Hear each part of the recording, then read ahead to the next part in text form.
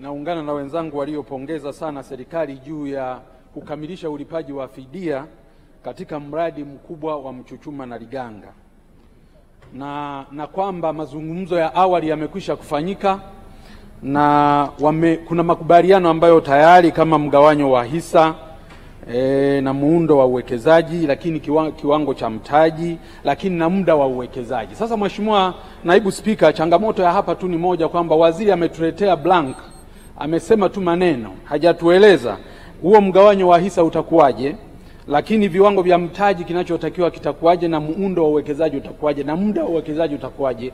Kwa sababu kwa mujibu wa The Natural Waste and Resources Permanent Sovereignty Act number 5 of 2017 na Tate Act ya mwaka 2015 zinakataza majadiliano ya asili katika miradi ya uziduaji. Kwa hiyo haya mambo yanatakiwa kuweka wazi ili wote tuende kwa pamoja, hasa katika mradi mkubwa kama huu ambao tulitegemea kwa muda mrefu katika taifa letu.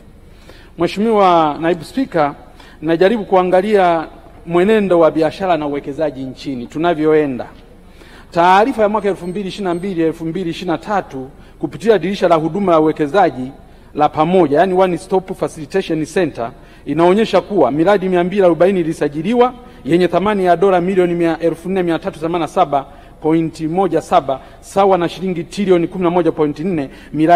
Miradi 94 ni ya wageni, miradi 89 ilikuwa ni ya Watanzania na 57 ya wabia. Kwa hiyo wageni walikuwa wanaongoza katika miradi iliyowekezwa katika kipindi hicho. Lakini mwaka 2023-2024 inaonyesha miradi ya maombi kwenye tume ya kugawa ardhi kwa ajili ya uwekezaji yalikuwa maombi 191, ambao kati ya maombi hayo 130 sawa na 68% yalikuwa ni kampuni za wageni, na maombi 61 sawa na 32% yalikuwa ni ya Watanzania. Kwa hiyo na hapo inaonyesha kwamba wageni wanaongoza katika kupewa ardhi ya uwekezaji, wanaongoza katika uwekezaji kuliko wazawa na Watanzania waliopo. Lakini baadhi ya wawekezaji hapa ndani ya nchi, baadhi ya wawekezaji wa ndani wanalalamika kunyang'anywa kazi na wageni. Mfano, mfanyabiashara maarufu hapa nchini, mbunge mstaafu wa Igunga, Mheshimiwa Rostam Azizi, alinukuliwa na vyombo vya habari akisema, akilalamika wazawa kunyimwa kazi nyingi na kupewa wageni, huku akionya kuwa hakuna nchi duniani iliyowahi kupata maendeleo kwa kutegemea wageni. Mheshimiwa Naibu Spika, wizara hii ilitegemewa iwe ni rufaa ya huzuni na mateso ya wafanyabiashara, iwe rufaa ya huzuni na mateso ya wakulima na wafugaji wa nchi hii, lakini badala yake imekuwa ni kinyume. Imekuwa ni wizara ambayo imekuwa ikihalalisha kuuawa kwa biashara nchini, imekuwa ni wizara ambayo imekuwa ikihalalisha kuua uwekezaji nchini, ajira na hata kodi za serikali. Ni wizara ambayo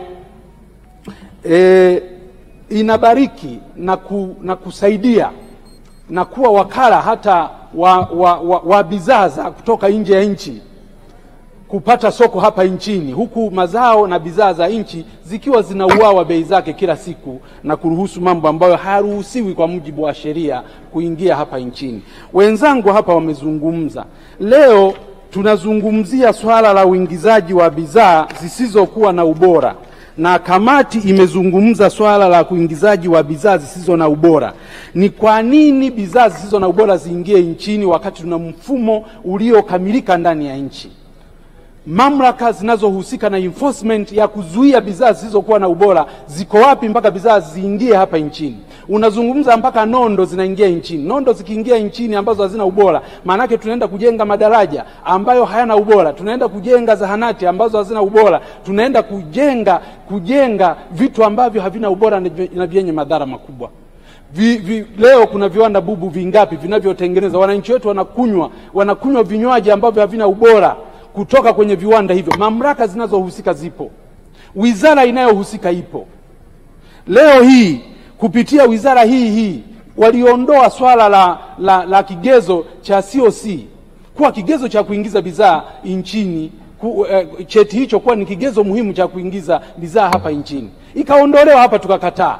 Leo bidhaa feki zimejaa kila kona. Kila mtu anakiri leo, kamati imekiri bidhaa zisizokuwa na ubora. Una bidhaa za umeme, una vifaa vya umeme ambavyo vina ubora, wananchi wetu wanalipukiwa kule. Leo hii wananchi wanapata ajali kila leo kununua matairi ambayo hayana ubora, vifaa vya magari ambavyo havina ubora. Halafu tuna waziri ambaye anasimamia wizara hii, tuna taasisi ambazo zinasimamia wizara hii, wote wapo na wanakuja leo mbele yetu kuja kuomba pesa tena ili wakaruhusu watu wetu waendelee kupata ajali, waendelee kupata matatizo. Mheshimiwa Spika, leo naomba kama wizara hii haina uwezo wa kusimamia majukumu iliyopewa, na kama labda ilianzishwa kimakosa, basi bunge hili liazimie hii wizara ifutwe kati ya wizara za serikali kwa sababu haina sababu za kuwepo.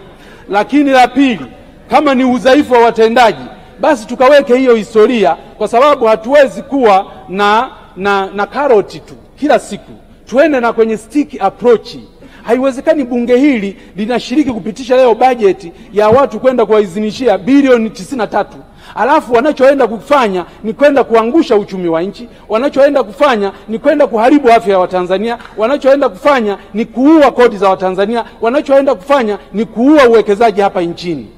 Sasa kama imeshashindikana, leo TBS wapo, FCC wapo, BRELA wapo, mifumo mingine yote ya udhibiti ipo. Mbona mambo mengine tukitaka kuyadhibiti tunaweza? Mheshimiwa, naongeza muda mpaka tutapomaliza. Hapa kunakuwa na changamoto gani ambayo inatufanya tushindwe kusimamia? Na kama mtu anashindwa kusimamia, sheria zinampa uwezo wa kusimamia, ameshindwa kusimamia, kuna mambo mawili. Moja, ni dhaifu katika usimamizi, ni mdhaifu katika usimamizi. Lakini jambo la pili, kama sio mdhaifu kwenye usimamizi, maana yake biashara zinazofanyika za ovyo ni za kwake, au anaubia na hao watu ambao wanazifanya biashara hizo. Na Mheshimiwa Spika, kwa jambo hili lilivyo nyeti, ambalo linagusa afya za Watanzania, ambalo linagusa uchumi wa Watanzania, ambalo linagusa kodi ya Watanzania, na hatuwezi kukutana hapa kila siku tena kuzungumza hayo. Kama sio wizara kuvunjwa, basi hii kama ni utendaji mbovu wa watu walioshindwa kusimamia, waziri na watu wake, ikiwezekana. Asante Mheshimiwa, naomba dakika moja tu nimalizie. Mheshimiwa Mpina, asante. Kuna wachangiaji wengine kama 18 hapa. Nakushukuru. Mheshimiwa, tuna wageni walioingia bungeni muda mchache uliopita. Wageni wa Mheshimiwa Dr. Said Jafo, waziri wa viwanda biashara, Captain Mstaafu Mheshimiwa John Chirigati, mwenyekiti wa bodi ya kiwanda cha mbolea.